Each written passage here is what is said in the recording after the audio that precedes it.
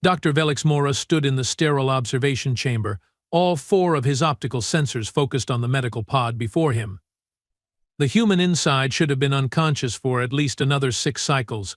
Should have been.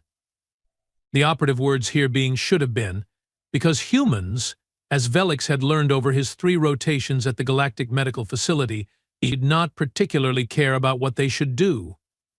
Dr. Mora, his assistant, Nurse Quiln, chirped from behind him, her voice carrying that particular tone of barely concealed panic he had grown accustomed to.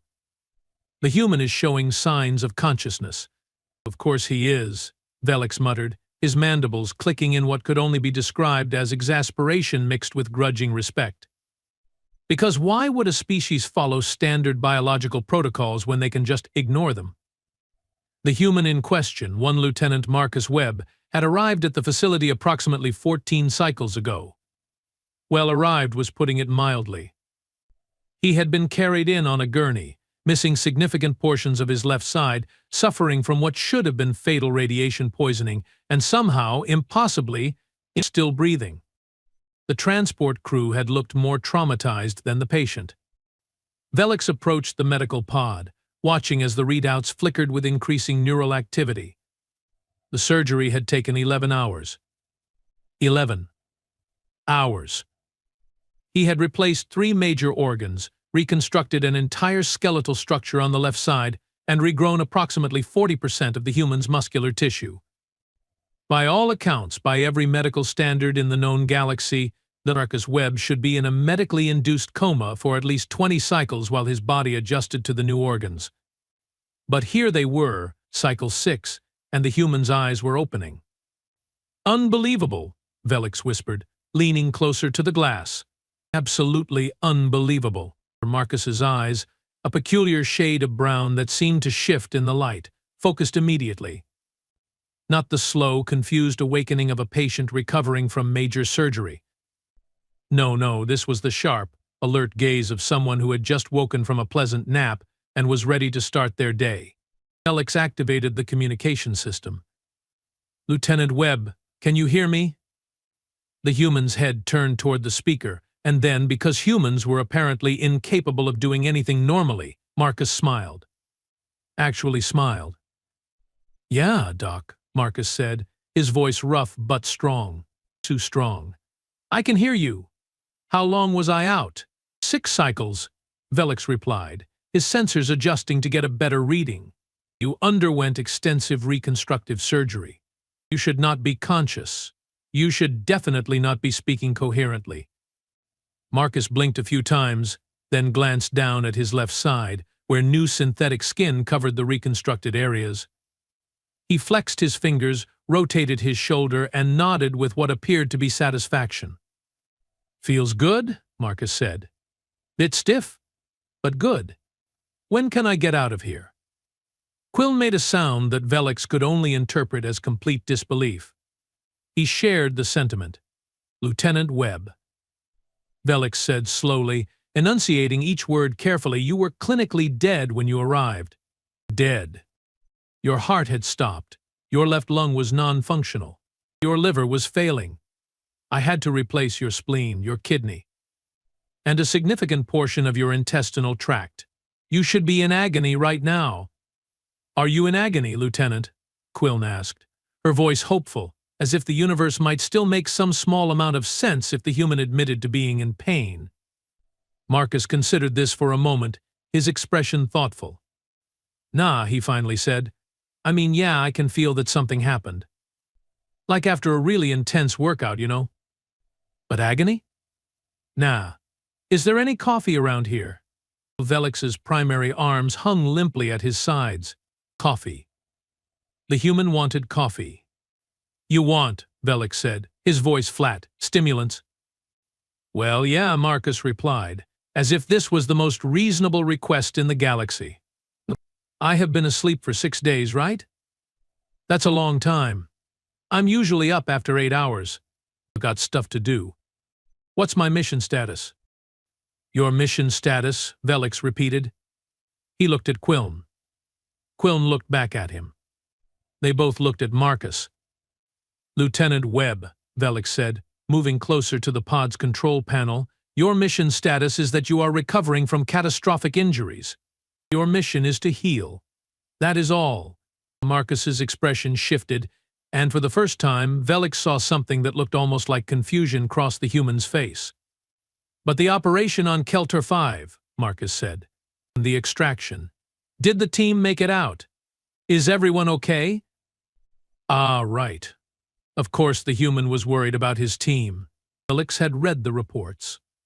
Marcus had held off an entire battalion of Krex soldiers, alone, for 3 hours while his team evacuated civilians from a war zone. He had done this with a piece of shrapnel the size of Velix's smaller arm embedded in his torso. Your team extracted successfully, Velix said, his tone softening slightly. All civilians were evacuated. You were the only casualty. Oh, good, Marcus said, and he actually relaxed, sinking back into the medical pod with visible relief. That's good. They are good people. So, when can I get back to active duty? Velix felt his smaller set of arms begin to tremble. It was a stress response, one he thought he had trained out of himself during medical school. Apparently not. Lieutenant Webb, Velix said, you are not going back to active duty. Not for months. Possibly not for rotations. You have just undergone surgery that would kill most species just from the anesthesia alone. You need to rest. You need to heal. You need to not ask me about coffee and missions. Marcus was quiet for a moment, processing this. Then he said, but I feel fine. You feel fine, Velix repeated. You feel fine. Lieutenant, your body is currently running on a combination of synthetic organs, military-grade stimulants that I had to administer during surgery to keep your heart beating, and what I can only assume is pure, stubborn human spite. You do not feel fine. Your body is lying to you. My body lies to me a lot, Marcus said cheerfully. I have learned to work with it. So seriously, what do I need to do to get cleared for duty? Physical therapy? Psych eval? I can do both. I'm very motivated. Quillen stepped forward. Permission to sedate the human, Doctor. Denied, Velix said, though he was tempted, so very tempted. Lieutenant Webb's biology processes sedatives differently than other species. He would be awake again within the hour, and even more energetic. This was not hyperbole.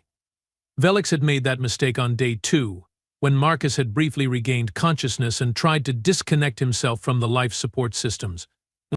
The sedative had worn off in 43 minutes.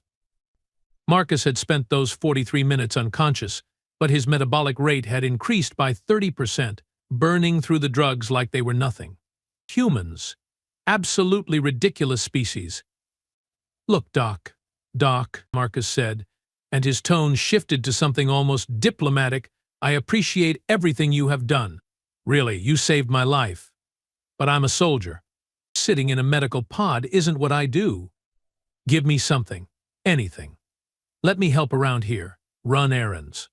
File paperwork. I can't just lie here for months. Velix studied the human. Really studied him. Marcus Webb was, by human standards, relatively young, 28 standard years, according to his file. He had been in the Terran Defense Forces for 10 of those years. He decorated multiple times, wounded multiple times. And yet, here he was, barely a week out of surgery that should have killed him, asking for work. It was infuriating. It was impressive. It was so typically, frustratingly human. I will make you a deal, Lieutenant, Velix said finally. You will remain in this medical pod for another 24 hours. During that time, you will undergo a full battery of tests to determine if your body is actually coping with the new organs as well as you claim. If, and this is a significant if, you pass all of these tests, I will consider allowing you limited mobility within the facility. Marcus's face lit up like Velix had just promised him a vacation. Deal. When do we start? We start now, Velix said. Already regretting this decision, Quillen prepped the neural scanner. Let us see if the lieutenant's brain is functioning as abnormally as the rest of him. On it, Dr. Quillen said, her voice carrying an edge of amusement now. She had warmed to Marcus over the past 6 days. Velix had noticed. Most of the staff had. There was something about humans that was infectious. Their optimism, their resilience, their absolute refusal to accept defeat. It was annoying. It was also, Velix had to admit privately, somewhat admirable. The next 4 hours were a blur of tests, scans, and readings that made absolutely no sense. Marcus's brain activity was off the charts, but not in a concerning way. More in a this person is fully alert and planning something way. His new organs had integrated perfectly, far faster than should be possible. His pain tolerance was, frankly, terrifying. When Velix administered what should have been an uncomfortable nerve stimulation test, Marcus had simply shrugged and asked if they could turn it up higher to really test the new parts. "This is impossible," Velix muttered, reviewing the data for the 3rd time. "These readings suggest you are in better condition now than before your injury." "Well, you did give me new organs," Marcus pointed out. "Maybe they are better than my old ones?" "That is not how biology works," Velix snapped, but even as he said it, he knew he was wrong. Or rather, he knew that was not how biology worked for every other species in the galaxy. But humans? Humans rewrote the rules on a daily basis. Quillen approached with another data pad. "Doctor, you need to see this. His cellular regeneration rate is increasing." "Increasing?" Velix snatched the pad from her hands. The numbers were clear. Marcus's body was not just accepting the new organs, it was adapting to them, improving them. The synthetic tissue was being integrated and enhanced by his own biological processes. "How are you doing this?" Velix demanded, looking at Marcus.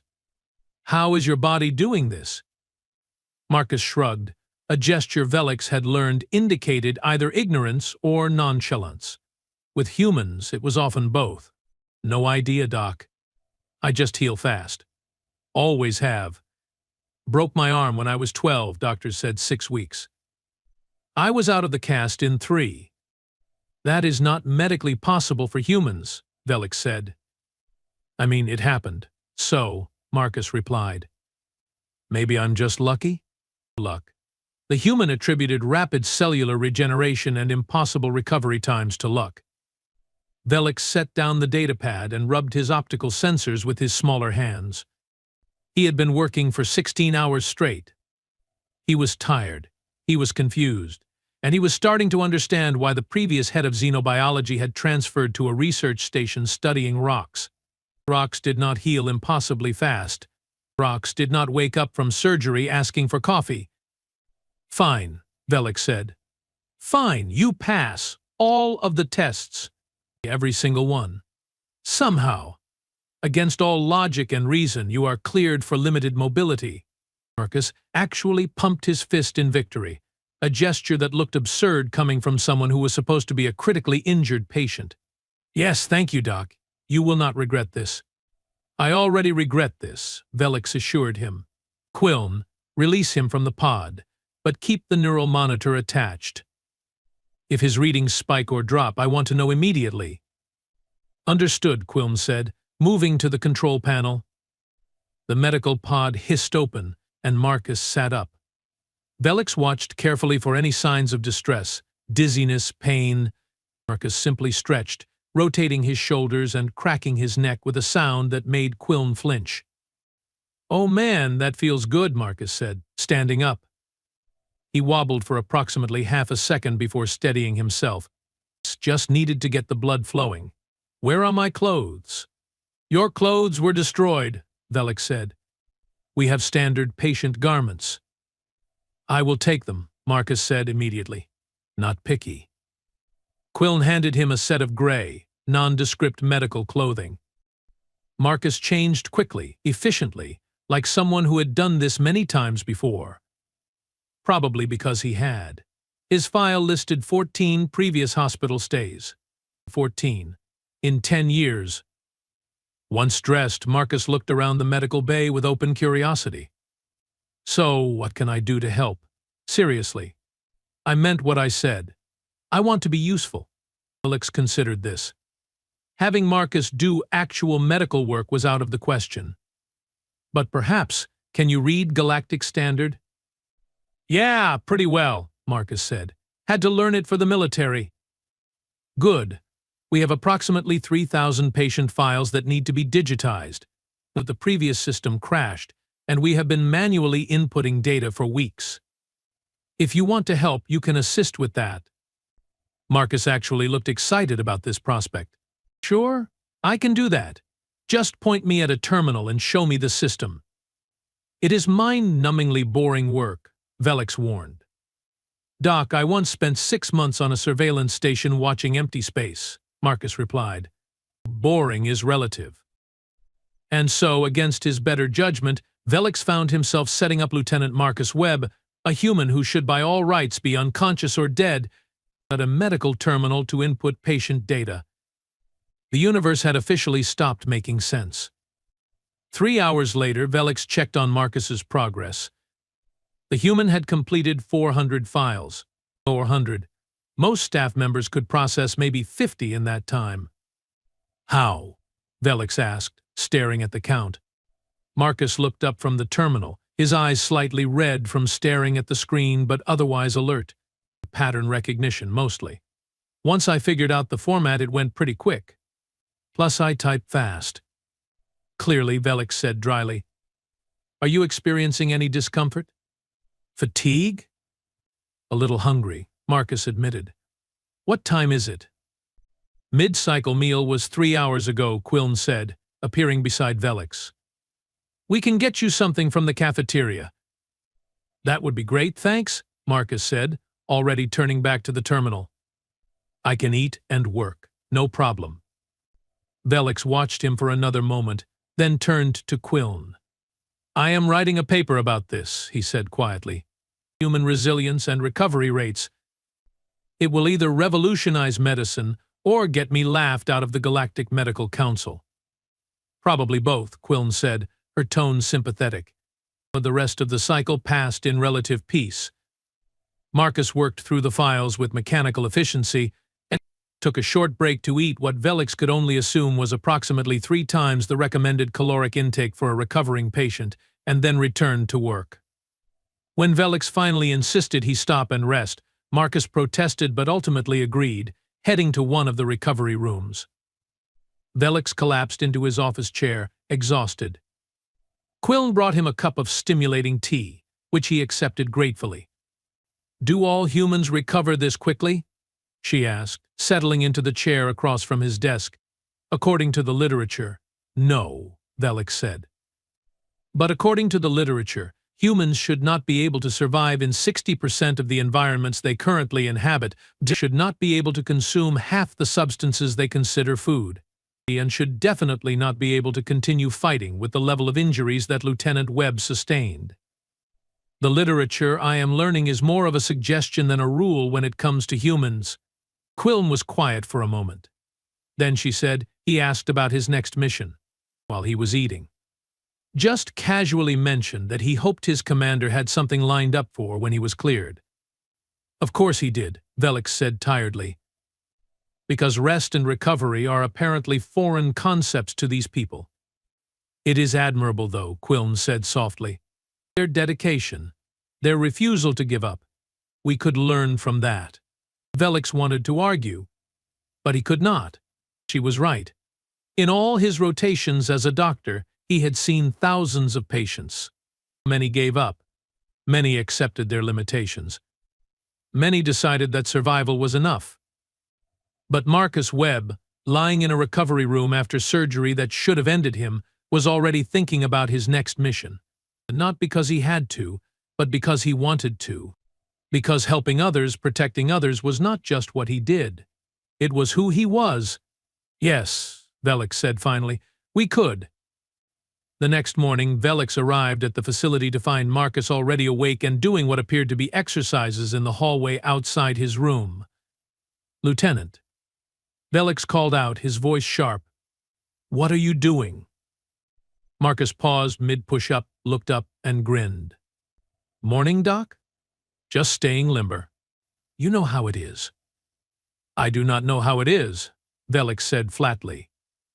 Because most patients recovering from major surgery do not perform calisthenics in the hallway. Get up now. Medical scan. Immediately. Marcus complied, following Velix to the scanning room. The results were once again impossible. Not only had Marcus not damaged anything with his impromptu workout, but his muscle tissue had actually improved. The new organs were functioning at peak efficiency. His neural pathways showed increased connectivity. "You are getting healthier," Velix said, staring at the scans. Actively. Measurably healthier. This makes no sense. "Maybe it's the exercise?" Marcus suggested. "I always feel better when I stay active." "You are supposed to be resting," Velix said. But his heart was not in the reprimand anymore. What was the point? Marcus was clearly fine. Better than fine. He was thriving. A communication alert chimed. Velix accepted it, and the face of Commander Petra Volkov appeared on the screen. She was human, like Marcus, with sharp features and eyes that missed nothing. "Dr. Mora," she said, her voice crisp, "I am checking on the status of Lieutenant Webb. His leave time is almost up, and I need to know when he will be cleared for active duty." Marcus perked up immediately. "Commander, I am ready now." "Lieutenant Webb is not cleared," Velix said quickly, before Marcus could continue. "He has made remarkable progress, but he still requires observation and rehabilitation." Commander Volkov's gaze shifted to Marcus, then back to Velix. "Doctor, I appreciate your caution, but I need my best operative back in the field. We have a situation developing on the outer rim, and Webb's skill set is required." "Commander, with all due respect, Lieutenant Webb was clinically dead 7 days ago," Velix said, his frustration mounting. "Dead. I brought him back. I rebuilt him. He needs time to heal." "I feel fine, Doc," Marcus interjected. "You always feel fine," Velix snapped, whirling on him. "And that is the problem. Your species feels fine until you suddenly do not, and then you die. I am trying to prevent you from dying again." There was a long silence. Marcus looked somewhat chastened. Commander Volkov's expression softened slightly. "Dr. Mora," she said, "I understand your concerns. But I also know humans. We do not do well sitting idle, especially soldiers like Webb. If you keep him locked up in that facility, he will only get more restless. Give him something to do. Clear him for light duty. Let him feel useful. It will actually help his recovery." Velix wanted to argue. He wanted to cite medical protocols and recovery timelines and all the very good reasons why this was a terrible idea. But he looked at Marcus, saw the barely contained energy, the need to be doing something, anything. And he realized that Commander Volkov was right. "But fine," Velix said, defeated. "Light duty only. And he comes back here every 2 days for scans. Any sign of complications, and he is grounded immediately." "Deal," Marcus said instantly. "Agreed," Commander Volkov said. "Thank you, Doctor. I will send the transport for Webb tomorrow morning. Webb, get some rest. That is an order." "Yes, I am," Marcus said, saluting. The communication ended. Velix and Marcus stood in silence for a moment. "Thank you, Doc," Marcus said quietly. "I know I have not been the easiest patient." "That," Velix said, "is the understatement of the rotation. But you are welcome, Lieutenant. Try not to get blown up again." "I would like a break from reconstructing humans." Marcus laughed. "I will do my best. No promises, though." "Hazards of the job." "Of course," Velix muttered. "Hazards of the job. Why would I expect anything else?" 26 cycles later, Dr. Velix Mora was beginning to think he had made a terrible mistake. Not in clearing Marcus Webb for light duty. Oh no! That decision, questionable as it was, had turned out to be relatively harmless. The mistake was in believing that humans understood what light duty meant. "Explain this to me again," Velix said into his communicator, staring at the report on his screen, slowly, using small words. because I am having difficulty processing what I am reading." Commander Volkov's voice came through, sounding almost amused. Lieutenant Webb successfully infiltrated a smuggling ring, recovered 3 stolen Galactic Council medical shipments, and apprehended 17 criminals, all without sustaining injury. "Light duty," Velik said, his voice dangerously calm. "I cleared him for light duty. Filing reports. Maybe some basic reconnaissance. Not infiltrating criminal organizations." "To be fair, Doctor, the infiltration was light," Volkov said. "He did not engage in any combat. He simply gathered intelligence and coordinated with local authorities. Very by the book." "Commander, do you take me for a fool?" Velik asked. "I have treated enough humans to know that by the book and without combat are relative terms for your species." There was a pause. Then Volkov said, "There may have been a brief physical altercation." "Very brief." Webb subdued 2 guards using non-lethal techniques. It was textbook work, really. Velik's mandibles clicked rapidly, a sign of severe agitation. He was supposed to be recovering, resting, not subduing guards. "Dr. Webb is fine," Volkov assured him. "Better than fine. His performance metrics are actually higher than before the injury. Whatever you did in that surgery, it worked. He is operating at peak efficiency." This was true. Velik had reviewed Marcus's medical data just that morning. Every indicator showed improvement. The synthetic organs were functioning perfectly, enhanced by the human's own biological processes. His neural activity was sharp. His physical capabilities were, if anything, exceeding his previous baseline. It should not be possible. It was not possible for any other species Velik had treated. But humans, as he was constantly reminded, did not care about what was possible. "Send him back for his scheduled check-up," Velik said finally. "Tomorrow. Early cycle. And Commander? Please try to keep him from infiltrating anything else before then."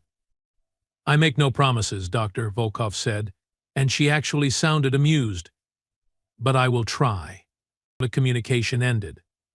Velik sat back in his chair, rubbing his optical sensors with his smaller hands. Quillen entered the office, carrying a stack of data pads. "Let me guess," she said. "Webb did something inadvisable again?" "He infiltrated a smuggling ring," Velik said flatly. "On light duty." Quillen set down the data pads and laughed. Actually laughed. "Of course he did. That sounds exactly like something a human would do." "Did he at least succeed?" "Spectacularly, according to the commander," Velik admitted. "Recovered stolen medical supplies, apprehended 17 criminals, sustained no injuries. He is coming in tomorrow for his checkup." "Good," Quillen said. "I want to hear the story." "The human always has good stories." She was right about that. Over the past 26 cycles, Marcus had returned to the facility 4 times for his scheduled evaluations. Each time, he had regaled the staff with tales of his missions, his adventures, his narrow escapes. The nurses loved him. Even the typically stern orderlies found themselves drawn to his enthusiasm and humor. Humans had that effect, Velik had noticed. They were infectious. Their energy, their optimism, their absolute refusal to accept limitations, it spread to those around them, inspiring and motivating in ways that were difficult to quantify but impossible to deny. "He is supposed to be a patient," Velik muttered. "It's not entertainment." "He can be both," Quillen said reasonably. "Besides, the staff morale has improved significantly since he started visiting. Everyone works a little harder, complains a little less. That has value, Doctor." Velik could not argue with that. It was true. The facility seemed brighter when Marcus was around, more alive. Even Velik himself found his work more engaging when he knew he would be seeing the impossible human again. The next morning, Marcus arrived precisely on time, which was unusual for him. Normally, he was early, already chatting with the staff before his scheduled appointment. Today, he walked in with a slight limp that immediately set off alarms in Velik's mind. "Lieutenant Webb," Velik said, his tone sharp, "you are limping." "Am I?" Marcus looked down at his leg as if noticing for the first time. Ah, must have pulled something during the operation. It is nothing serious. Nothing serious, Velix repeated. Come with me. Examination room. Now. Marcus complied, though he looked more amused than concerned. Once in the examination room, Velix ran a full scan. The results made his smaller arms tremble with barely contained frustration. You have a fractured fibula, Velix said, pointing to the scan. Here, a stress fracture currently healing but still present. How did this happen? Oh, that, Marcus said, looking at the scan with interest. Yeah, I had to jump from a second-story window during the smuggling ring operation. It landed a bit hard. Felt a twinge, but I figured it would be fine. A bit hard, Velix said. His voice was very quiet now, the kind of quiet that preceded volcanic eruptions or system failures. You fractured your leg jumping from a building, and you figured it would be fine. Well, I still had to complete the mission, Marcus explained reasonably. Could not exactly stop and go to medical with criminals chasing me. And look, it is already healing. You can see it on the scan. Give it another week, it will be good as new. Velix stared at the human. Marcus stared back, his expression open and honest, as if he had just explained the most logical thing in the galaxy. You are insane, Velix said finally. Your entire species is insane. You break bones and continue running. You get blown apart and ask for coffee. You undergo major surgery and want to file reports. What is wrong with you? Marcus grinned. Hey, you fixed me up pretty good, Doc. I trust the work. Besides, humans are tough. We bounce back. Bouncing back is not the same as ignoring serious injuries. Velix snapped. What if the fracture had worsened? What if you had damaged the synthetic tissue in your left side? What if one of your new organs had failed while you were jumping out of windows? But none of that happened, Marcus pointed out. I am fine. The mission was successful. Everyone went home safe. That is what matters. And there it was. The fundamental difference between humans and every other species Velix had encountered. For most beings, survival was the primary goal. Self-preservation. Caution. But humans?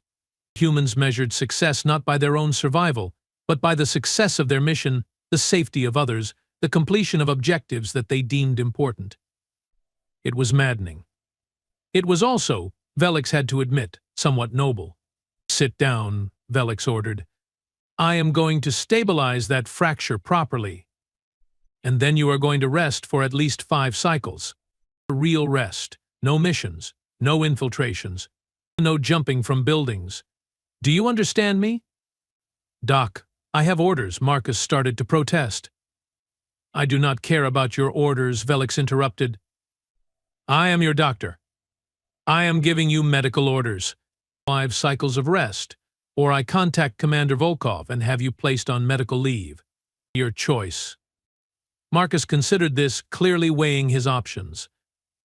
Finally, he sighed. Okay, Doc, 5 cycles. But can I at least do some training? Light training. I go crazy when I am completely inactive.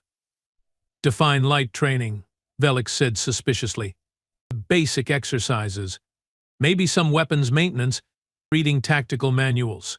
Nothing that involves jumping or running or fighting, Marcus said. Velix studied him for a long moment. Fine. But you stay here, in the facility, where I can monitor you. If that fracture shows any sign of worsening, you go into a medical pod and stay there. Agreed? Agreed, Marcus said, extending his hand. Velix had learned this gesture, the human handshake, a sign of agreement, of trust. He extended his primary right hand and shook Marcus's hand firmly. You are going to be the end of my medical career, Velix said, but there was no real anger in his voice anymore, just resignation mixed with reluctant fondness. Nah, Doc, Marcus said with that infuriating grin. I am going to make you famous. First doctor to successfully rebuild a human and have them survive. That has to be worth something in the medical community. He was not wrong. Velix had already received inquiries from several medical institutions about his techniques, his procedures, his success with human physiology. The paper he was writing was generating significant interest. Marcus Webb was becoming something of a case study in human resilience and adaptive biology. Over the next 5 cycles, Marcus proved to be a surprisingly cooperative patient. He stayed in the facility, did his light exercises, and entertained the staff with stories. He helped Quillen organize the supply closets, taught some of the younger nurses basic self-defense techniques, and even assisted Velix with a few minor procedures on other patients. "You know," Velix said on the 3rd cycle, watching Marcus carefully bandage a Threxian patient's minor wound, "you would make a decent medic. You have good hands. Steady. Precise." Marcus looked up, surprised. "Thanks, Doc. I did some field medic training in my early service years. Basic stuff. Enough to keep people alive until real doctors could take over." "You have a talent for it," Velix observed. "Have you ever considered medical work? After your military service?" Marcus was quiet for a moment, finishing the bandage with professional efficiency. The Threxian patient thanked him and left. Then Marcus said, "Honestly, I have not thought much about after. I am good at what I do now, helping people, protecting them. I suppose medical work is another way to do that, though." "It is," Velix said, "and it involves significantly less jumping from buildings." Marcus laughed. "That is definitely a point in its favor." "Maybe someday, Doc? When I slow down a bit. Right now, the galaxy needs soldiers more than medics." "The galaxy needs both," Velix said quietly. "And it needs humans who know when to fight and when to heal. You could do either." It was the longest personal conversation Velix had ever had with Marcus. The human looked thoughtful, as if Velix's words had planted a seed of possibility that had not been there before. On the 5th cycle, as promised, Velix ran another scan. The fracture had healed completely. Not just healed, but the bone was actually denser than before, reinforced by the body's natural response to injury. "Unbelievable," Velix muttered, reviewing the data.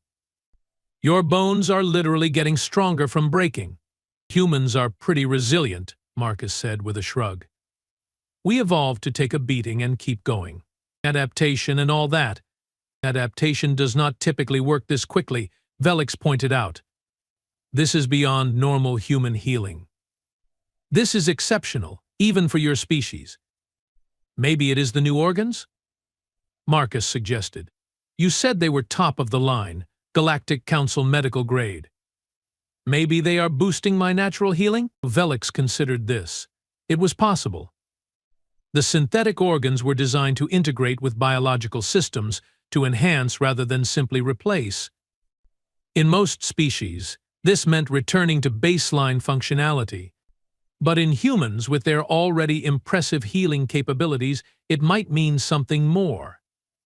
"I am going to need to study this further," Velix said. "With your permission, I would like to continue monitoring your recovery long-term. Monthly check-ins, detailed scans, biological samples. This could revolutionize how we approach human medicine." "Sure, Doc," Marcus agreed easily. "Whatever helps. If my weirdly fast healing can help other people, I am all for it." Of course he was, because helping others was what Marcus did. What all humans seemed to do, with a frequency and dedication that astounded the rest of the galaxy. "You are cleared for active duty," Velix said officially. "Full clearance. No restrictions. Though I would appreciate it if you tried to avoid getting blown up again in the immediate future." "I will do my best," Marcus promised. "But you know how it is. Dangerous galaxy out there." "I am learning," Velix said dryly, "rapidly and against my will." Marcus stood, offered his hand again, and Velix shook it. "Thanks for everything, Doc. You saved my life. I will not forget that." "Just try to keep the life I saved intact," Velix said. "That is all I ask." Marcus saluted, a gesture Velix had learned was a sign of respect in human military culture, and left the examination room. Velix watched him go, feeling an odd mixture of pride and concern. Pride in his work, in the successful surgery and recovery. A concern for what dangers Marcus would inevitably face next. 3 cycles later, Velix received an urgent communication. Multiple casualties incoming from a skirmish on the border colonies. Heavy damage. Critical injuries. All hands to emergency receiving. The next 6 hours were a blur of surgical procedures, emergency stabilizations, and desperate attempts to save lives. Velix worked alongside 15 other doctors, their skills pushed to the absolute limit. They saved 12 patients. Lost 3.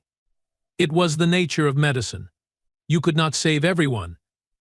When it was over, exhausted and emotionally drained, Velix stumbled to the staff break room. Quilm was already there, looking equally worn. They sat in silence for a long moment, processing the trauma of the day. Then the door opened, and Marcus walked in. "Lieutenant Webb," Velix said, surprised. "What are you doing here? I thought you were deployed to the Outer Rim." "I was," Marcus said, "but I heard about the casualties. Came as soon as I could. Thought you might need extra hands." He was still in his tactical gear, dusty and worn from whatever mission he had been on. He looked tired, but his eyes were clear, determined. "The emergency is over," Velix said. "We have stabilized everyone we could." "I know," Marcus said quietly. "But you guys have been working for hours. You need rest. Let me take over the monitoring duties. I know the equipment. You trained me, remember?" Velix wanted to protest. Marcus was a soldier, not a medical professional, but he also remembered Marcus's steady hands, his quick learning, his genuine desire to help. And he was so very tired. "Just monitoring," Velix said finally. "Any changes, any concerns, you call me immediately." "Understood, Doc," Marcus said. "Now go rest." That is an order from someone who knows what exhaustion looks like. Velix found himself smiling despite his fatigue. "You are not my commanding officer, Lieutenant." "No, but I am your most annoying patient," Marcus replied with a grin. "It has to count for something." It did. It counted for more than Velix would ever admit out loud. Over the next several hours, Marcus monitored the recovering patients with the same dedication he brought to his military duties.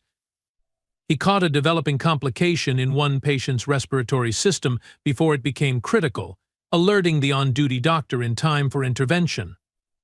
He sat with a young soldier who woke up confused and scared, talking him through the disorientation with calm reassurance. When Velix returned, refreshed after much-needed rest, he found Marcus sitting at the monitoring station, reviewing patient charts with the focus of a trained professional. "Any problems?" Velix asked. "One respiratory issue, already addressed," Marcus reported. Ensign Talvik woke up disoriented, but he is stable now. "Everyone else is progressing normally. Charts are updated, medications logged," as Velix reviewed the work. It was thorough, precise, professional. "You did well," Velix said. "Thank you, Lieutenant." "Just helping out," Marcus said, standing and stretching. "You guys do important work. Harder than combat, in a lot of ways. At least in combat, the answers are usually clear. Here, you have to make impossible choices." "We lost 3 today," Velix said quietly. "It's 3 patients we could not save." "But you saved 12, Marcus said firmly. 12 people who get to go home to their families because of you. That is what matters, Doc. You cannot save everyone. But you save who you can and you keep fighting. That is all anyone can do." It was such a human philosophy. Focus on the victories, learn from the losses, keep moving forward. Velix had spent cycles dwelling on the patients he had lost, the surgeries that had not succeeded, the impossible odds he faced daily. But Marcus was right. 12 lives saved was worth celebrating. "When did you become so wise?" Velix asked, a hint of humor in his tone. "Wise? Me?" Marcus laughed. "Doc, I am the guy who jumps out of buildings and asks for coffee after major surgery. I am many things, but wise is not one of them. I disagree, Velix said seriously. You understand what matters: purpose, dedication, sacrifice. Those are not small things, Lieutenant. Marcus was quiet for a moment, then said, "You know, I have been thinking about what you said, about medical work. After my service, maybe you are right. Maybe I could do more good patching people up than I do in the field." "You would be excellent at it," Velix said, "though I suspect you would still find ways to give your instructors stress tremors." Probably, Marcus agreed with a grin. "But I would try. And who knows, maybe someday I will be the one rebuilding injured soldiers and telling them they are insane for wanting to get back to duty too quickly." "That," Velix said, "would be poetic justice of the highest order."